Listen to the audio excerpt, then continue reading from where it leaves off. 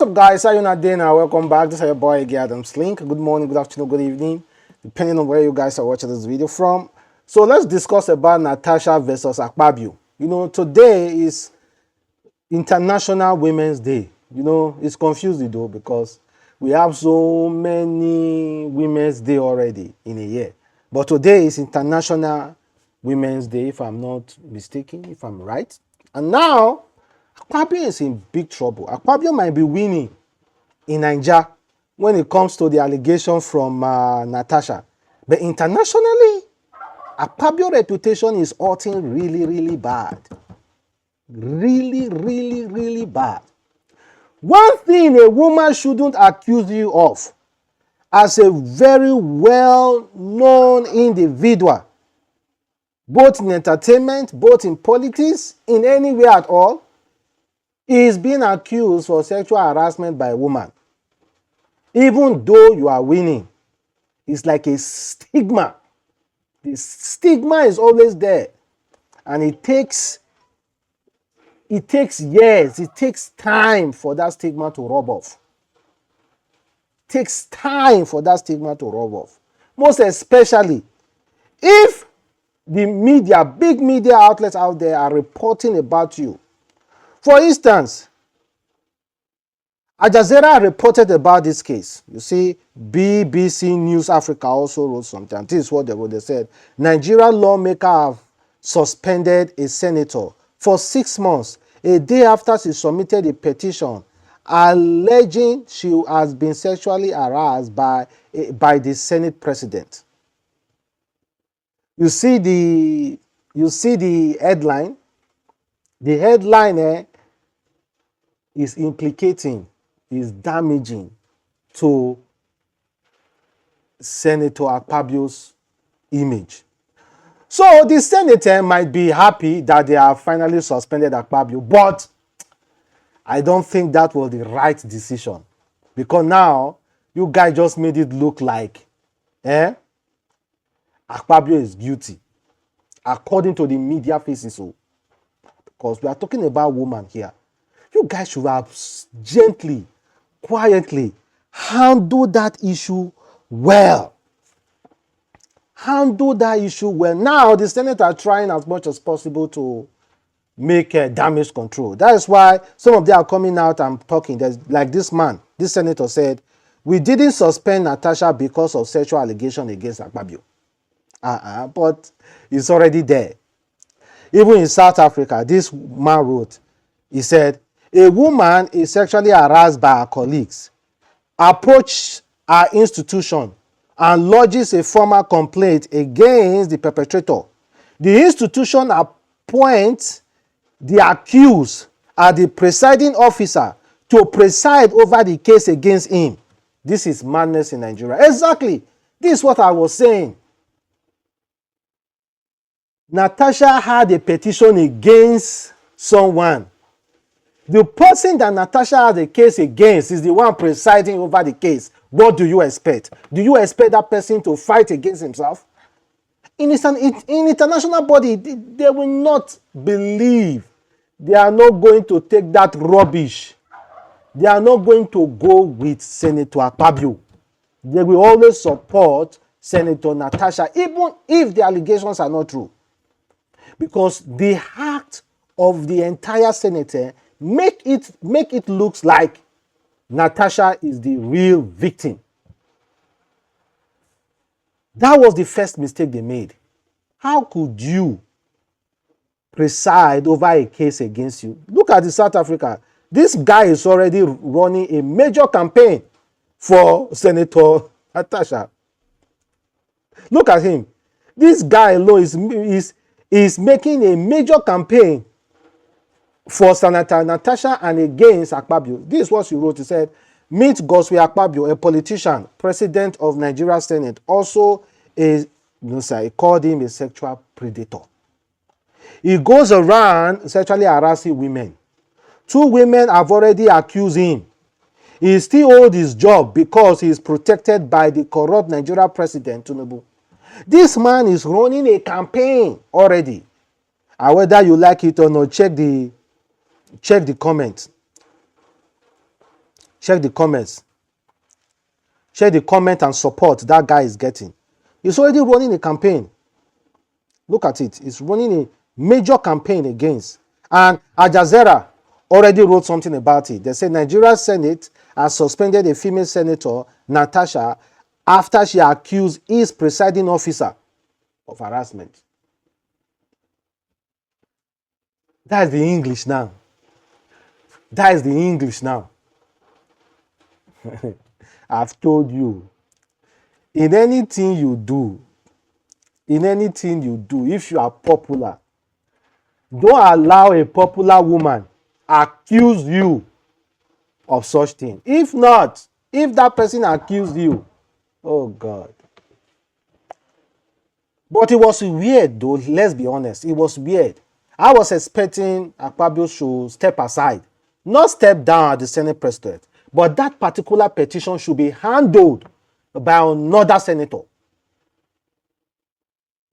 If they want to lay out punishment, it should be handled by another senator, not you sitting down and carrying that hammer and hitting the hammer and saying that yes, the years habit. No! Now, wow, people know the fear for this country. Oh.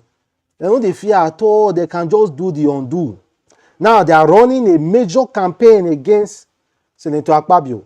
And he himself is equally trying, oh, because there are some videos that shows ABC News, Nigeria senator suspend a female senator over sexual assault accusation.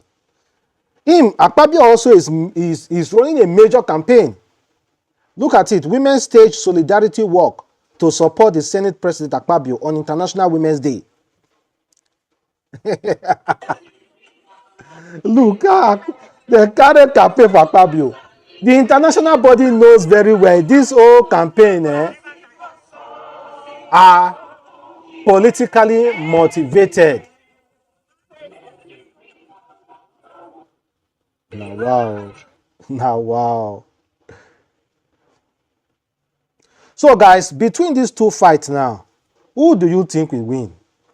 Because that is a stigma, guys. If that man stop being a senator, I'm telling you, I don't think he can fly to major countries. So, because the way they are going about this stuff is going to rub on Senator Akpabio's image, even though he's innocent. The way they carry that matter, they're not supposed to carry that matter like that. Therefore, use sense. Therefore, not just drag the woman go down like that because it looks like it's an attack. Now, we have forgotten exactly what happened. The real reason for this whole issue. It wasn't about the harassment. It was about the sitting position. Then Natasha now took it to the other part. But people are not going to remember that again because of the way the Senate handled the issue. You suspended her. Make her voice, seize her voice. The international body are not going to be kind to Senator Akpabio. Let's be honest. Now Al Jazeera is just publishing something, publishing the... It's crazy, man. Even Reno Omokri made a video recently and he also talked about how Senator Akpabio lied against him. And this is a video of Senator Akpabio. Senator Natasha. Watch this video, guys. Pardon me, Mr. President. I was actually engrossed in the discussion that concerns the Senate with my brother, distinguished Senator Akpabio.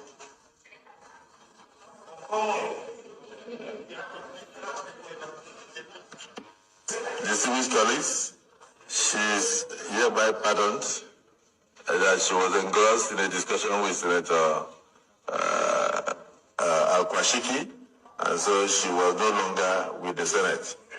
You see the body language of that woman. I don't understand. Though. I beg, women, sometimes they are confused, If person dey in a very respectable place, I beg, be careful the way you interact with women, because They might give you one certain body language, and meanwhile that body language mean another different thing entirely. If you fall for it, you are gone. You are a goner. October 12, 2021, Natasha Akpabio had a dispute with me. And after the dispute, she went on social media and accused me of sexually harassing her. She claimed that at a state banquet at the Aso Rock Presidential Villa, held by President Goodluck Jonathan for the visiting Kenyan President Uhuru Kenyatta on Tuesday, May 6, 2014, I had sexually harassed her. Now, the thing is, a month before, the Chibok girls had been abducted. And as one of his presidential spokesmen, President Jonathan sent me to the United States as a special envoy to try to clean up Nigeria's image. I left in April, and I wasn't back in Nigeria until the end of May. So obviously, Natasha Akpabio lied. So what I did, I went on social media and I published my passport stamp with my passport leaving Nigeria and then entering the United States, showing the stamps. And I also published a first-class British Airways ticket showing that I left Nigeria for the United Kingdom and from the United Kingdom to the United States, and I wasn't in Nigeria throughout the time when Natasha Akpabio accused me. So she obviously lied. So what happened is that after the newspapers published my evidence, Natasha deleted all traces of her accusation. She deleted everything. She had made a video insulting me and my wife and my newborn daughter. She also deleted that. The next day, I got a phone call from a prominent Christian clergyman. And they felt that, okay, as a fellow pastor, I would listen to a member of the body of Christ. This is a senior member of the body of Christ. He called me on three-way with Emmanuel Orisha-Jolomi Akpoti, no, I think Uduaha rather. Emmanuel Orisha-Jolomi Uduaha, Natasha Akpoti's present husband. And they appealed to me, they quoted the scriptural references about Christians taking each other to court. And I listened to them. And we settled the matter out of court. I was paid a large amount of money as damages, and I let the matter go. So, fast forward, 4 years later, Natasha Akpabio had a dispute with the Senate president, and then after that dispute, she went on Arise TV and accused him of sexual harassment. It sounds like deja vu. Now, the thing is, I do not know if those allegations are true. But one thing I know is that Natasha Akpabio is a liar, a known liar. So, here's the thing. The best predictor of future behavior is past. So guys, according to Reno Omokri, Natasha lied against him and Natasha paid him in order for him not to take her to court. And Natasha can stand to deny it, yes or no. And according to Grok said Reno Omokri isn't senseless. He got receipts. Someone asked Grok, this man called Reno, is he senseless? He said, Reno Omokri isn't senseless. He got receipts. He shared a first-class British Airways ticket and passport stamp, proving it wasn't in Nigeria when Natasha claimed he harassed her in 2014. She deleted the accusation after that. Check the evidence before judging. Grok support Reno Omokri this time. Okay, guys. According to Grok, pick your fighter. I'm going to leave that case there. Bye.